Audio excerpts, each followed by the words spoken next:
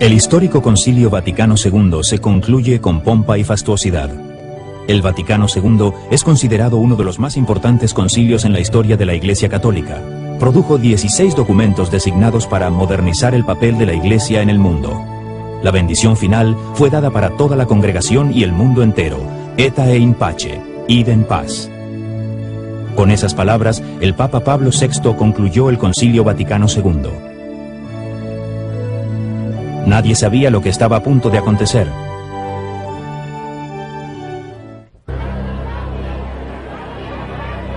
Las décadas después del Vaticano II han sido turbulentas.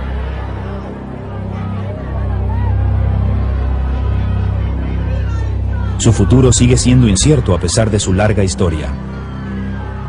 Plagada de problemas, la Iglesia Católica Romana es una iglesia en crisis.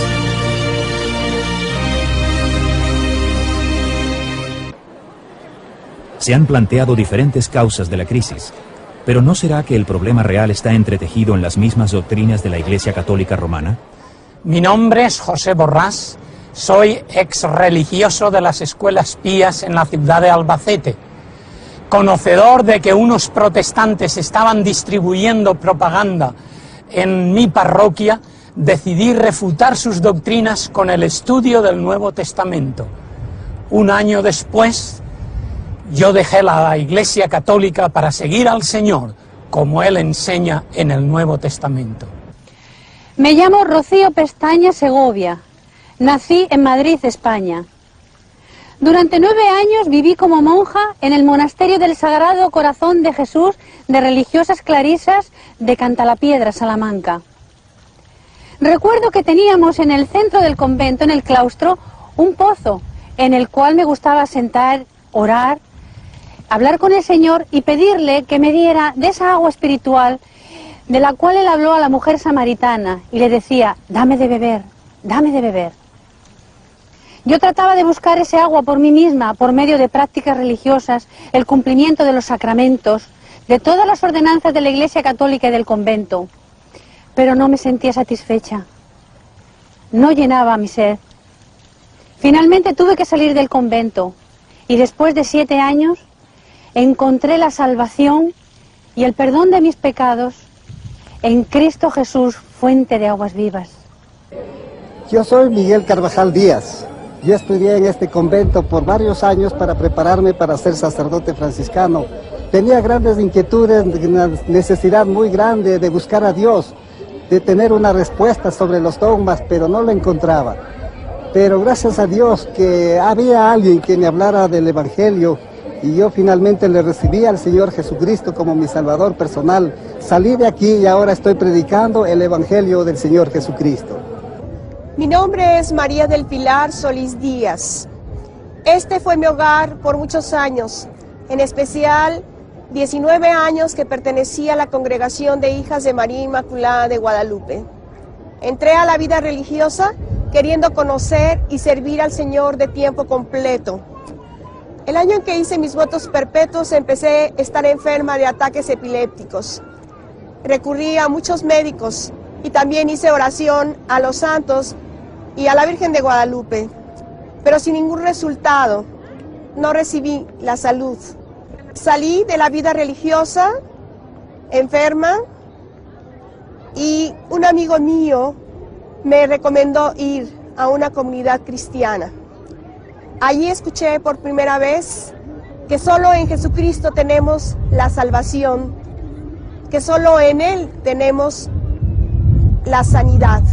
Estos y miles más como ellos han vuelto a examinar su fe católica romana, los mandamientos, el papel de María, la misa y aún el mismo camino para ir al cielo. ¿Cómo se comparan las doctrinas de la Iglesia Católica Romana con las de la Sagrada Escritura?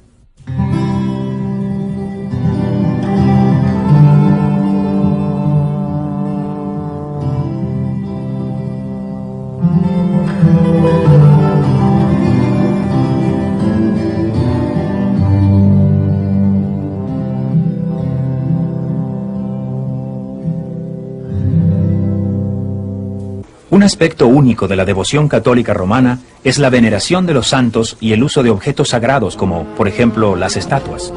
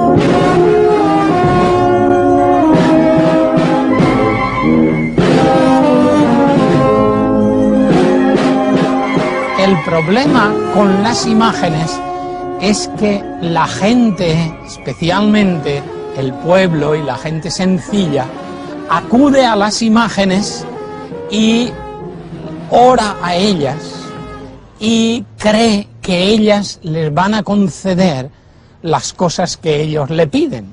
Y eso va en contra de lo que enseña la palabra de Dios. Éxodo 20, 3 y 4 en la Biblia católica dicen: No tendrás otro Dios que a mí. No te harás esculturas ni imagen alguna de lo que hay en lo alto de los cielos, ni de lo que hay abajo sobre la tierra, ni de lo que hay en las aguas debajo de la tierra.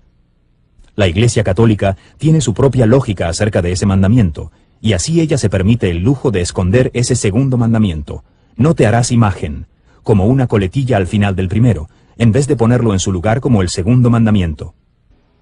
Empiezan a amar a Dios sobre todas las cosas, el primer mandamiento. El segundo, no tomarás el nombre de Dios en vano.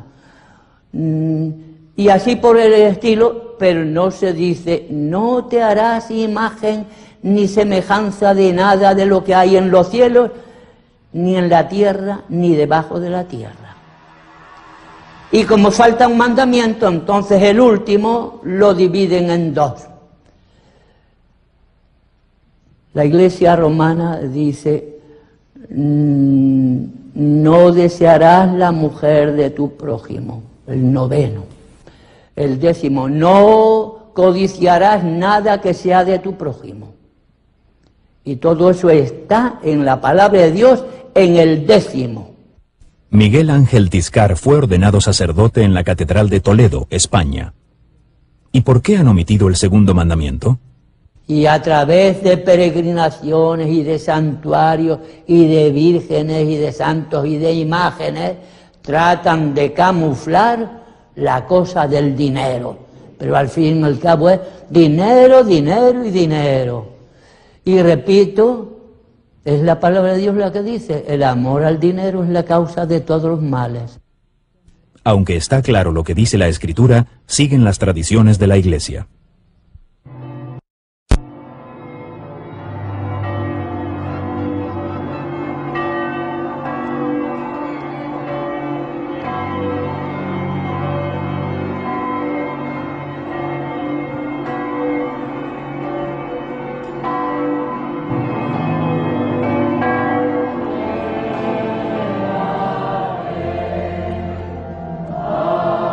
Los 100 años anteriores al Segundo Concilio Vaticano han sido designados como el siglo mariano. De la mayor importancia fue la proclamación de la Inmaculada Concepción por el Papa Pío IX en 1854. Muchos católicos no comprenden bien la doctrina de la Inmaculada Concepción, y aún menos entre ellos se dan cuenta de que contradice a las Escrituras. ¿Puede explicar la Inmaculada Concepción? No le sabría contestar. ¿Puede explicar la doctrina de Inmaculada Concepción? Nosotros pensamos que Nuestra Señora fue cubierta por el Espíritu Santo y fue así como ella concibió a su Hijo, sin la participación de un hombre. Fue propiamente el Espíritu Santo quien intervino. Por eso es que Jesús es el Hijo de Dios y por eso es que ella es corredentora. Ni siquiera el sacerdote explicaba correctamente la Inmaculada Concepción. es simplemente el Papa definió que María fue concebida sin pecado original. Juan Sanz Pascual fue ordenado sacerdote en España en el Seminario de Madrid-Alcalá. Desde el principio de su ser, en el vientre de su madre, ella es sin mancha, sin pecado original. Esto es lo que significa Inmaculada Concepción, que fue concebida sin pecado original. Ahora, esa doctrina de la Inmaculada Concepción va en contradicción con lo que dice la palabra de Dios. En Romanos 3, 23, la palabra de Dios dice, por cuanto todos pecaron. Ella dice, y no podemos decir que María es embustera, ni mentirosa, ella dice en Dios mi Salvador, luego fue salva. La proclamación del Papa de que María nunca había pecado suscitó otras cuestiones. Si, como la Biblia dice, la paga del pecado es la muerte, y María no pecó, murió, y si murió, ¿se descompuso su cuerpo en el sepulcro? Todos querían saberlo, pero tanto las Escrituras como la tradición católica guardaban silencio acerca de esto. 400 obispos y miembros de las órdenes religiosas enviaron solicitudes a Roma pidiendo respuesta. 8 millones de laicos católicos también firmaron peticiones. Finalmente, en 1950, el Papa Pío XII proclamó que Dios había tomado corporalmente a María al cielo. Esta doctrina es conocida como la Asunción de María. La Virgen no murió, se durmió, y entonces al despertar de ese sueño los ángeles vinieron a llevarse su cuerpo y su alma al cielo, y hoy es la fiesta de la Asunción. La Virgen entró en cuerpo y alma al cielo, como Jesucristo entró después de la resurrección. ¿Y cuál es la fuente de la doctrina de la Asunción de María? La Asunción de María viene a través de la doctrina de la Iglesia, a través de los papas. Fue evolucionando. La doctrina de la Asunción de María en la Iglesia Católica Romana, pues si se basa en falsas tradiciones también, no en la palabra de Dios.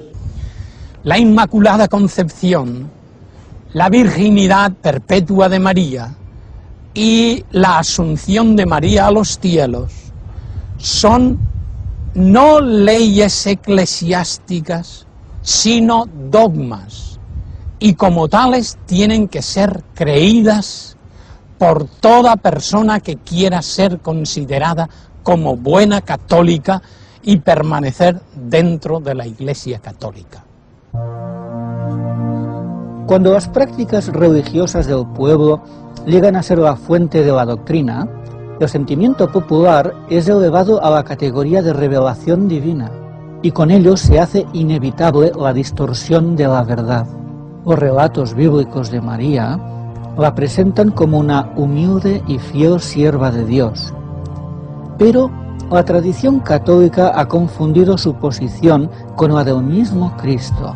Se alega que ha aparecido con un papel muy poco característico de promover su propia gloria. En 1917 se apareció en Fátima. Allí anunció: Dios quiere establecer en el mundo la devoción a mi Inmaculado Corazón. Mi Inmaculado Corazón será vuestro refugio y el camino para conduciros a Dios. Pues tenemos fe en las imágenes. Para mí sí es como, sí, Dios. Por ejemplo, la Virgen de Guadalupe es la madre de, la Virgen María es la madre de Jesús. Y para mí pues, es Dios. Ya le digo que me acuerdo más veces, a lo mejor en los momentos de eso, de la Virgen casi que de Jesús. Que también, y para mí es lo fundamental, pero no lo sé, que a lo mejor recurro más veces a ella. La Iglesia Católica declara que María es la mediadora de todas las gracias. A Jesús por María muy fácil, que el camino más fácil es para llegar a Dios María, que María es como una escalera Y entonces subimos por la escalera a Jesús, María en la escalera. La teología católica, apoyada en estas consideraciones, es como le llama a la Virgen la omnipotencia intercedente, es decir, ella es la que obtiene todo lo que pide. Porque la Virgen es una intercesora nuestra. Como usted que puede tener sus palancas para ver a una persona superior a usted, puede tener un amigo muy amigo de esa persona y es su palanca para ir a esa persona, así nosotros, intercede ella por nosotros. La ve con sus manitas juntas, es porque siempre está en actitud de oración y ora por nosotros, ella intercede por nosotros, es nuestra intercesora. Que es un disparate verdadero. El Señor no necesita palanca de nadie, absolutamente. No tiene que moverse, basta con decir, hágase y las cosas son hechas. Repito, el apóstol Pablo dice que solo hay un mediador, Cristo. Si Cristo es el mediador, bueno, pues no hay más mediadores que Él. Y como Él es el omnipotente y en todas partes está como Dios, Dios nos oye y vamos a Él con la confianza de que va al Todopoderoso. Ese es el gran error del marianismo o de la doctrina de María, que se pone a María, la Madre de Jesús, en el mismo lugar que a Jesucristo. El papel que Nuestra Señora juega en la Iglesia Católica, en todo el mundo, no solo en Guatemala, es de corredentora. Es decir, ella junto con Jesús ayudó a la salvación de la humanidad. Ese es el sentimiento que existe aquí en Guatemala y en el mundo, en el catolicismo. La ponen como corredentora. Corredentora. O sea que la están poniendo a María junto o en el mismo lugar que Jesucristo, ganando para nosotros esa salvación. Ese es el gran error. María es un modelo para las personas en cuanto a su obediencia y su humildad, pero nada más. La Iglesia Católica ha puesto a María en el lugar en que otras religiones antiguas ponían a sus dioses.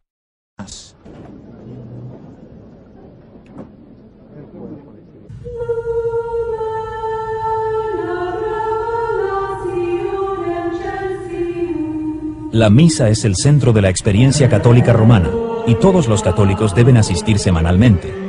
La Iglesia Católica dice que la misa es una representación de la última cena. Aquella noche, Jesucristo tomó pan y vino diciendo, «Esto es mi cuerpo y esto es mi sangre». La Iglesia romana enseña que con esas palabras se produce un cambio milagroso. Luego Cristo enseñó a sus discípulos, «Esto haced en memoria de mí». La respuesta de la Iglesia romana a ese mandamiento es la misa. Cuando el sacerdote católico romano pronuncia esas palabras de Cristo de la última cena, los católicos creen que se produce un cambio en el pan y el vino, que realmente se transforman en el cuerpo y la sangre de Jesucristo. El catolicismo romano enseña que un milagro se realiza cuando el sacerdote dice, «Tomad y comed todos de él, porque esto es mi cuerpo que será entregado por vosotros». La Iglesia Católica enseña que la hostia deja de ser pan y ahora es realmente el cuerpo de Cristo.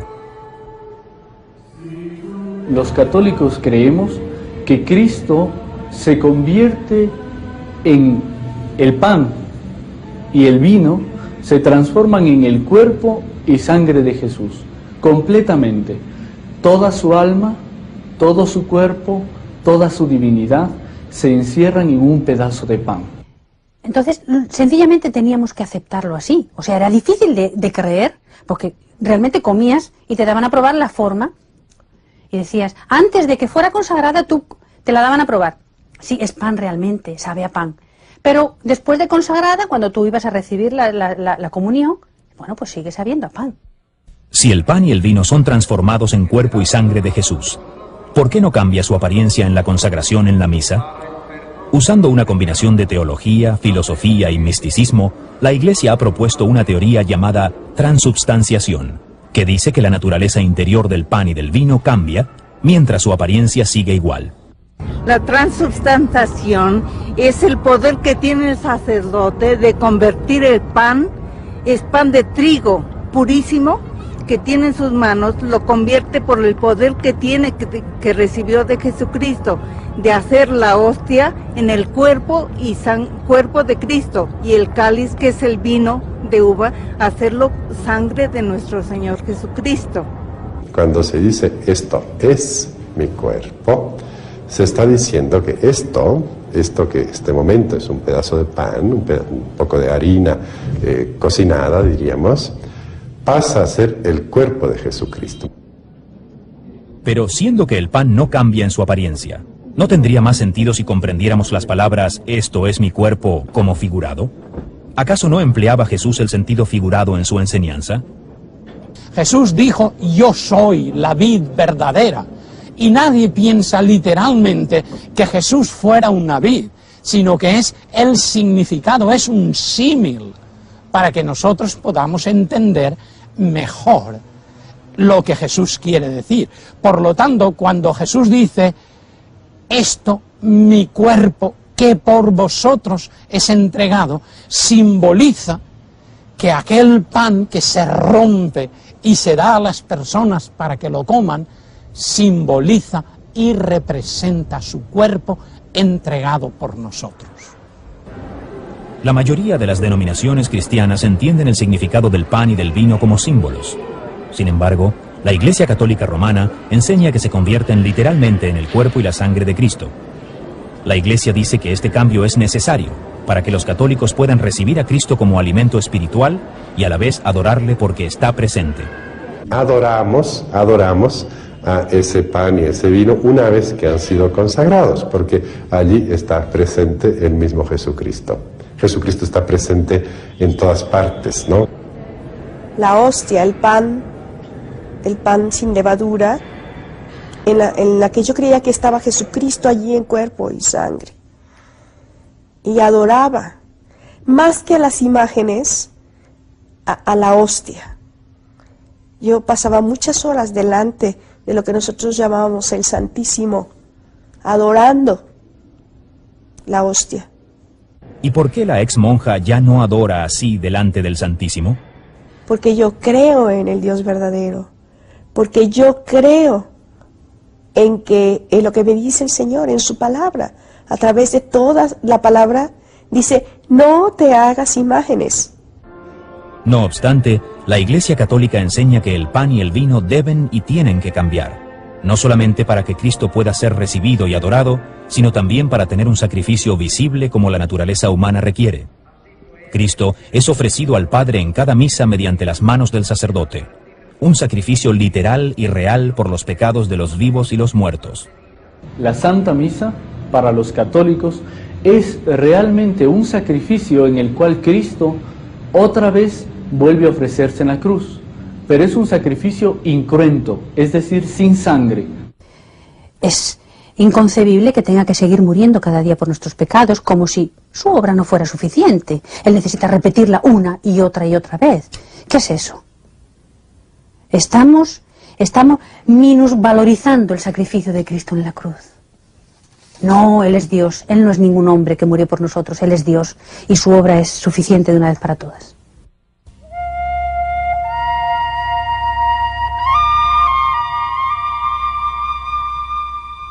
Según la Iglesia Católica, Dios creó a Adán y Eva con vida divina en sus almas, llamada gracia. Esta gracia se perdió cuando desobedecieron a Dios en el huerto del Edén y las puertas del cielo quedaron cerradas. Cristo restauró esta gracia al morir en la cruz. Otra vez se abrieron de par en par las puertas del cielo. Cristo había hecho su parte y ahora el hombre había de cooperar haciendo la suya. ¿Cuál es la parte del hombre? De la mayor importancia entre sus muchas responsabilidades para alcanzar la salvación, tenemos los 7 sacramentos. Cada sacramento provee una bendición distinta. El bautismo es el primer sacramento que se recibe. Limpia todos los pecados, da el nuevo nacimiento introduciendo en la vida de la gracia y hace del niño un miembro de la Iglesia Católica Romana. La confirmación da una fuerza especial del Espíritu Santo para evitar la tentación y para defender la fe católica. El sacramento del matrimonio provee ayuda a la pareja para la vida de casados. El católico permanece en la vida de la gracia a no ser que cometa un pecado mortal, como inmoralidad, embriaguez o dejar de asistir a la misa cada domingo. Estos pecados mortales son punibles por la separación eterna de Dios. En el sacramento de la penitencia, el sacerdote concede la absolución pronunciando esta fórmula.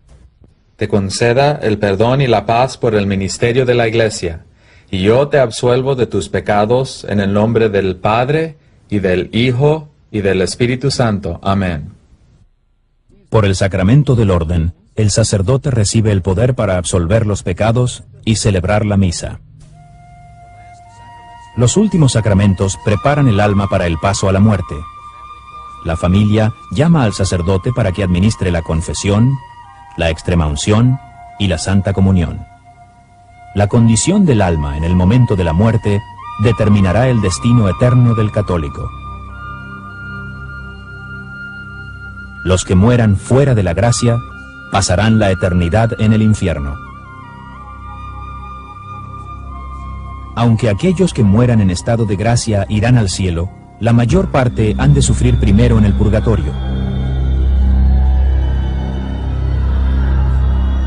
Allí, la persona paga por sus anteriores pecados confesados y por pecados veniales no confesados.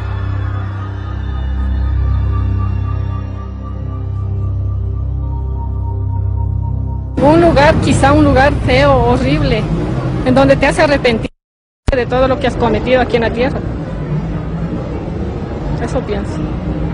Ay, pues no lo sé, supongo que será un momento transitorio, ¿no? Como para terminar de ganárselo, ¿no? Es como aquí, cuando las cosas te dan medianamente mal, que dices, madre mía, ¿cuándo veré el respiro? Pues eso será así, digo yo. ¿Por qué? Porque dice la Iglesia, para llegar a Dios hay que llegar puros. Hay que llegar puros. Entonces, el purgatorio es el tiempo de purificación. Le preguntamos al sacerdote, si Cristo murió por nuestros pecados, ¿por qué hemos de ir al purgatorio? La Iglesia, por eso nos enseña, sabiéndonos, como decimos, pecadores limitados, por eso necesitamos ese paso de purificación. Pero en la propia gloria, yo no quiero entrar a purgatorio. Entonces, Cristo habló de Satanás y habló del infierno, pero nunca habló de un purgatorio ni de un lugar intermedio. No, nunca. Es el purgatorio una doctrina espúrea que no tiene fundamento en la palabra de Dios, pero eso sí, la Iglesia la ha sabido introducir para hacerse con las vidas y las haciendas y las personas, porque se les ata a un sacrificio, se les ata a una misa, se les ata a unas actividades y liturgias por las cuales incluso deben pagar dinero. La palabra de Dios nos dice que no por obras, para que nadie se gloríe, nadie se jacte. Si fuera por buenas obras la salvación, pues yo creo que las personas ricas tendrían más oportunidad. Pero realmente lo que nosotros necesitamos es recibir, aceptarle a Jesucristo como Salvador personal. Es su sangre la que nos ha comprado como el precio infinito para nuestra salvación, para nuestra vida eterna. Pero, ¿a los católicos les ha sido enseñada esta verdad? Preguntamos a los católicos romanos en todo el mundo hispano, ¿qué tiene que hacer uno para salvarse? ¿Qué necesita para ir al cielo? ¿Puede hacer una lista de cosas? Bueno, una lista no, porque pues sería tardado, pero haciendo actos para mis semejantes sí lo podría hacer. Para ir al cielo pues se necesita amar al prójimo, principalmente, ¿va? Me imagino que portarme bien, ¿no? Necesito hacer oraciones, hacer buenas acciones, acercarme a Dios, ayudar al prójimo, perdonar a los que me tratan mal. En los sacramentos son necesarios para ir al cielo, porque cada vez que yo me acerco a los sacramentos, recibo el sí de Dios.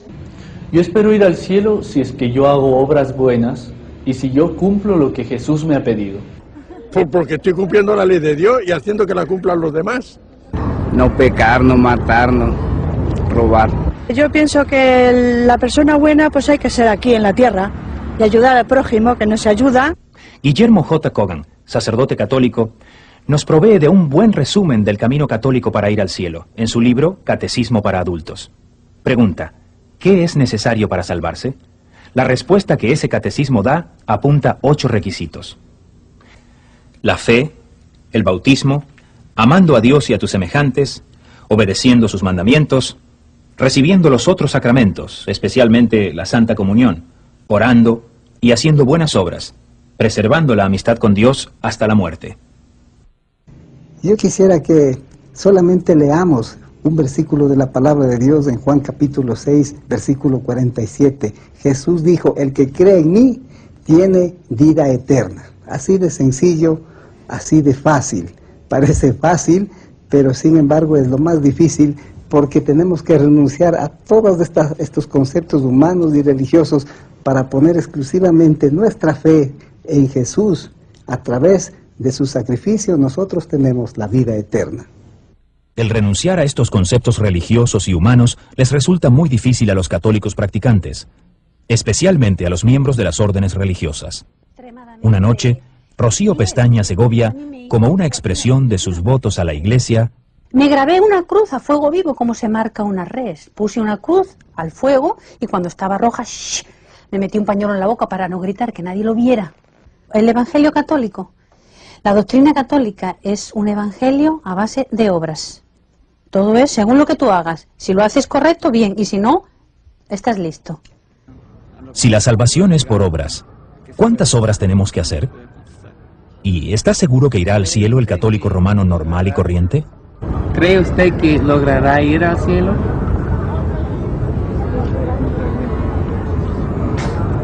No, pues no sé. Eso ya es cosa que decide Dios. ¿Usted? Yo creo que pues nadie sabe, ¿no? Todos esperamos a lo que nos toque y ya, hasta ahí. No sé. Ayudo lo que puedo y bueno, pues si está para llevarme al cielo, pues bien, y si no, como no sé si lo veré, pues no lo sé, hijo. No le puedo decir si lograré entrar, pero por lo menos estoy haciendo los esfuerzos más grandes, ¿no? Uy, yo qué sé. Creo que es difícil, ¿eh? Y más hoy día. No lo sé. Yo no me considero tan buena como para merecérmelo así, no sé. Si luego lo consigo, no lo sé, pero no me lo creo. Claro que sí, vamos. ¿Para qué me sirve a mí 47 años de sacerdote? Bueno, ir al cielo. Yo creo que ir al cielo sería que yo fuera perfecta. Y eso es imposible. Miguel Carvajal recuerda cómo procuraba obtener la salvación cuando todavía pertenecía a los franciscanos. Dentro de la Iglesia Católica, especialmente la orden franciscana, que es una orden muy mística, se hacía toda clase de sacrificios. 3 veces a la semana, lunes, miércoles y viernes, en este templo muy grande, cerradas las puertas ya en la noche, nos desvestíamos y nos dábamos con unas cadenas de 5 puntas de acero que se llamaban disciplinas, y con esto nos pegábamos hasta terminar todo el Salmo 51, en la Biblia Católica es el Salmo 50, Miserere mei Deus secundum maniam misericordiam tuam. La carga del pecado, esa ha sido puesta sobre los hombros, sobre la cruz de Cristo, y Cristo satisfizo ya de una vez por todas por todos nuestros pecados. Tanto la culpa como la pena fueron satisfechas una vez por todas por Cristo nuestro Salvador. Las doctrinas no salvan a nadie. Quien salva es el Salvador. Y el Salvador lo ha hecho todo tan sencillo. El que viene a mí yo no lo echo fuera, dice. Pues vamos al Señor. El que cree en mí ya ha pasado de muerte a vida, pues vamos a creer en Él. Efesios 2, del 8 al 9, dice lo mismo, porque por gracia sois salvos, por medio de la fe, y esto no de vosotros, pues es don de Dios, no por obras para que nadie se gloríe. Luego, si es por fe y si es por don de Dios, no es por obras. Y si es por obras como pretenden en la Iglesia Católica, a base de cumplir los sacramentos y otras cosas, entonces no es por Cristo. Pero qué importante sería que un católico lograra comprender solamente esta pequeña frase: Jesús murió por nuestros pecados. Y si acepta esta verdad, si transfiere sus pecados a Jesucristo y cree de todo corazón que Jesús evidentemente llevó nuestros pecados, pues entonces nuestra vida estaría libre de esos pecados. Las Escrituras son claras, pero los errores persisten. El sacrificio de la misa continúa celebrándose, a pesar de las últimas palabras de Cristo en la cruz: consumado es.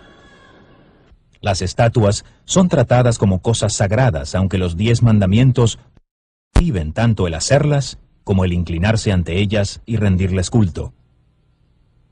María es proclamada como mediadora de toda gracia, a pesar de que el Nuevo Testamento enseña que solamente hay un mediador entre Dios y los hombres, Jesucristo hombre. Y al pueblo se le enseña que tiene que hacer obras para salvarse, aunque las Escrituras dicen claramente que la salvación es por la gracia, por la fe, y eso no de vosotros, es don de Dios. Muchos católicos modernos han escogido ignorar ciertas doctrinas de la Iglesia romana porque las consideran desfasadas, pasadas de moda. Un error bastante común que existe hoy es la idea de que el Vaticano II cambió muchos de esos dogmas. El Segundo Concilio Vaticano, que se inició en el año 1962, tenía como finalidad modernizar a la Iglesia Católica, pero modernizar en la forma exterior, en la forma simplemente en la presentación, diríamos, pero no en el fondo. Varias veces la Iglesia Católica ha hecho hincapié, ¿no? Y Ecclesia semper idem. La Iglesia siempre es la misma, siempre es igual y no puede cambiar. ¿A qué es debida esta apostasía de la Iglesia Católica del cristianismo bíblico?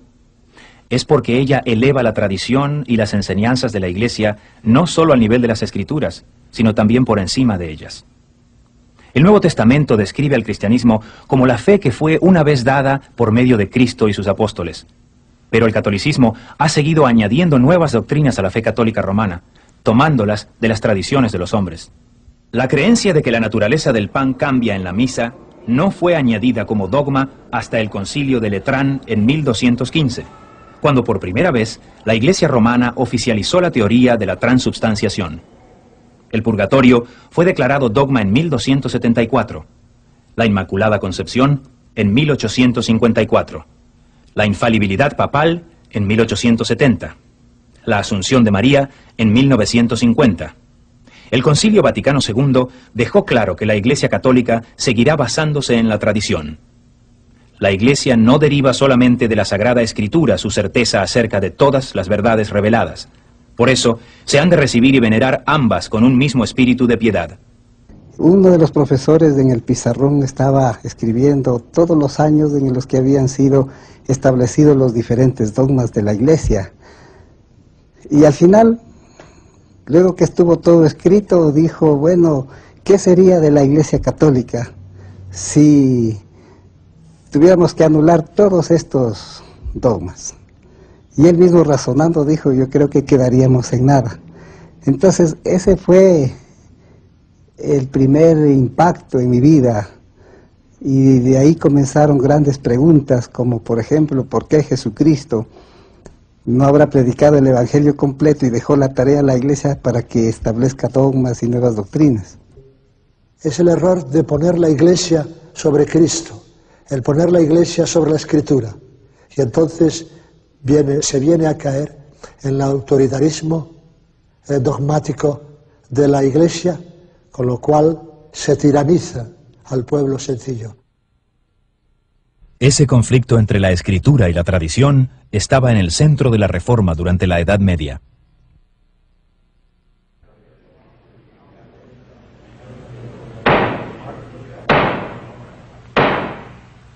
Doctor Lutero, ayer usted confesó que estos escritos son suyos. Díganos ahora, si usted persiste en lo que ha escrito aquí, o si está preparado para retractarse de esos escritos y las creencias en ellos contenidas. Pido perdón si soy aliado falto en cuanto a los modales que convienen en estas cortes. Pero ustedes me piden que me retraiga de estos escritos. ¿Críticos protestantes? No exactamente. Los líderes de la Reforma eran todos sacerdotes y teólogos católicos. El teólogo católico John Wycliffe fue uno de los primeros. Sus problemas comenzaron cuando empezó a enseñar que la Biblia es la única fuente de verdad. Roma lo silenció, y 44 años después de su muerte, exhumaron y quemaron sus huesos por su apartamiento de la autoridad de Roma. En 1415, el sacerdote y teólogo católico de la Universidad de Praga, John Huss, fue quemado en la pira. ¿Cuál fue su crimen? También había hecho de las Sagradas Escrituras su única regla en cuestiones de fe.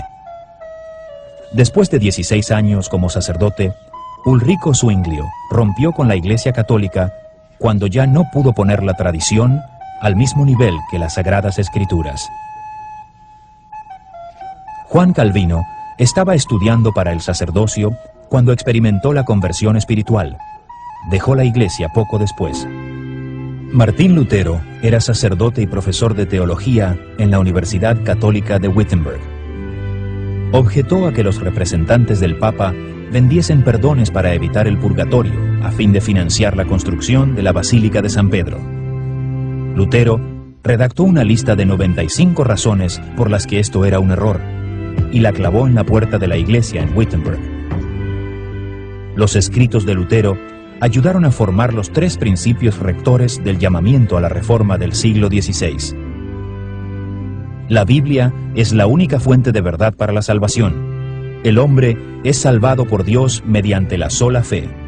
Cada creyente tiene acceso directo a Dios solo por medio de Jesucristo. Cuando le ordenaron que se retractase, Lutero respondió: «Mi conciencia es cautiva de la palabra de Dios». Escapó vivo por muy poco. Estos hombres fueron todos católicos leales, cuyos intentos de reformar su iglesia y devolverla al cristianismo bíblico se vieron enfrentados a una vigorosa oposición de parte de sus superiores. Este es un antiguo problema. Un día, mientras andaba por un trigal en día de sábado, el Señor Jesús tuvo también un choque acerca de la tradición con los líderes judíos de su tiempo. Sus discípulos estaban recogiendo espigas de trigo y comiéndolas. Además, cuando comían su pan, no se lavaban ceremonialmente las manos, según las enseñanzas de los rabís. En el capítulo 7 del Evangelio de Marcos, leemos que los fariseos y los escribas preguntaron a Jesús: ¿por qué no andan tus discípulos conforme a la tradición de los ancianos? Jesús nos arredró, reprendió a los líderes judíos por elevar las enseñanzas de los rabís al mismo nivel que la palabra sagrada de Dios. Los acusó de enseñar por doctrinas preceptos de hombres. No podía obedecer la tradición de los ancianos sin desobedecer la palabra de Dios. Prefirió obedecer a Dios antes que a los hombres. En la actualidad, muchos católicos están tomando esta misma decisión. Yo abandoné la Iglesia Católica cuando me di cuenta de que no seguía las enseñanzas que hay en el Nuevo Testamento. Hay una gran carga en mi corazón por todas las personas católicas y especialmente por las religiosas, porque yo sé que mucha gente dentro del catolicismo busca sinceramente al Señor Jesucristo, busca sinceramente adorar al Padre y vivir una vida en el Espíritu, pero no lo logra por la idolatría. Después que yo encontré a Cristo, yo tuve que dejar la Iglesia Católica absolutamente por razones doctrinales. No tenía ninguna otra razón, porque les amo, he vivido, he nacido en la Iglesia Católica y todo, pero mi vida, mi conciencia es incompatible con ese tipo de doctrina.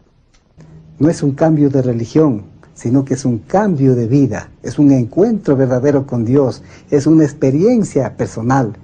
Muchos de nosotros hemos creído que hemos estado en la verdad, pero la verdad es Jesucristo, no es la religión. Y espero que ustedes, señores católicos, pudieran darse cuenta de que hay algo más importante, algo más valioso. Es la oferta más importante que jamás usted haya podido escuchar en su vida, que es el de la vida eterna a través de la salvación del Señor Jesucristo. La verdad no está en la religión, sino en Jesucristo mismo. El camino de salvación católica romana es una esperanza falsa, porque no es el Evangelio de Jesucristo que el Nuevo Testamento nos presenta. Desilusionados con la doctrina católica romana, muchos están acudiendo a la Biblia buscando respuestas. Esos católicos se han sorprendido al encontrar lo que la Sagrada Biblia dice. Lo primero que me choqueó fue que la salvación es un don de Dios, por gracia y no por nada que nosotros hagamos, que traíamos una tradición diferente, portarnos bien, ir a misa los domingos, confesarnos, etc. Un don de Dios en el cual nosotros no tenemos que hacer nada, sino simplemente creer en el Hijo de Dios, creer que resucitó de los muertos por el poder del Padre. Dijo en la cruz, consumado es, no hay nada más para hacer. La Iglesia Católica no te va a dar esta libertad que Cristo te da. Yo temía a la muerte porque no estaba seguro del cielo. Yo no sabía dónde iría.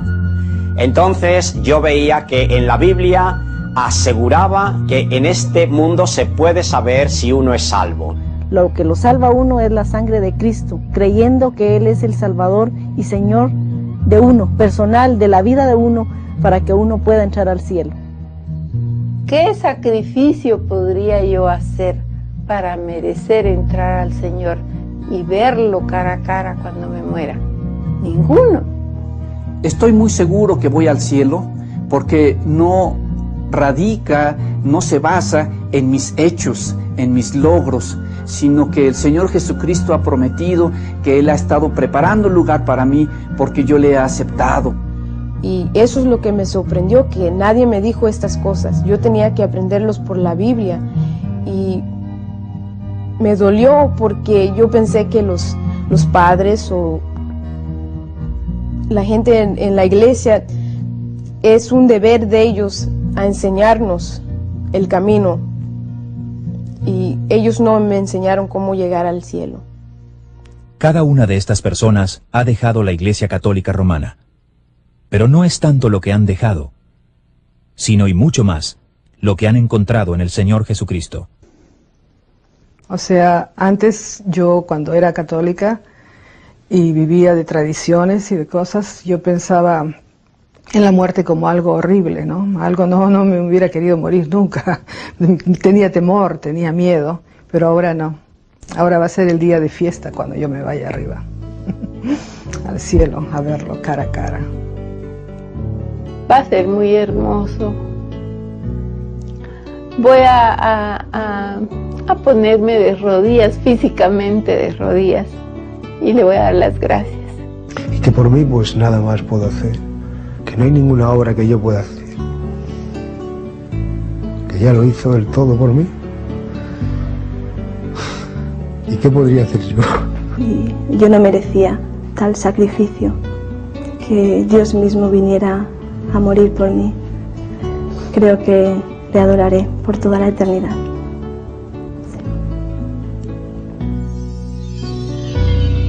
De ella sal, tú mi amada, ven y sígueme. Olvídala y al monte ven, donde por ti morir. Como flores que al envejecer